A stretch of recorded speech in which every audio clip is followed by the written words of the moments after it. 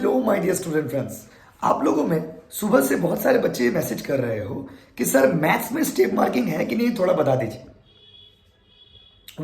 सो भाइयों और बहनों, मैथ्स में स्टेप मार्किंग डिपेंड करता है क्वेश्चन के ऊपर।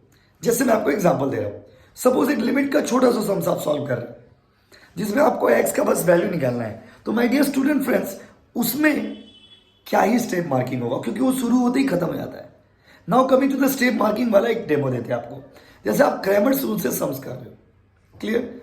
अब उसमें डी निकाला आपने, D1 निकाला आपने, D2 निकाला आपने, D3 निकाला आपने और सही निकाला, बट लास्ट में क्या किया आपने, XYZ का वैल्यू गलती कर दी, तो आपको मार्क्स मिलने के चांसेस रहते हैं। क्लियर है गाइस।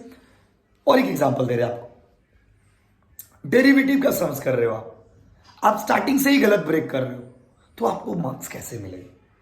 बट सपोज आपने सारा कैलकुलेशन सही किया, लास्ट में कोई पार्ट में सिंप्लीफिकेशन में एरर कर दी, तो स्टेप मार्किंग मार्क्स मिलने के चांसेस है। क्लियर है गाइस। तो इस तरह के स्टेप मार्किंग मैथ्स में होते हैं, समझ गए। तो मैथ्स में स्टेप मार्किंग डिपेंड करता है कि आपका जो आंसर है उसका कोई एग्जैक्ट मीनिंग निकल करके आ रहा है कि नहीं आ रहा है।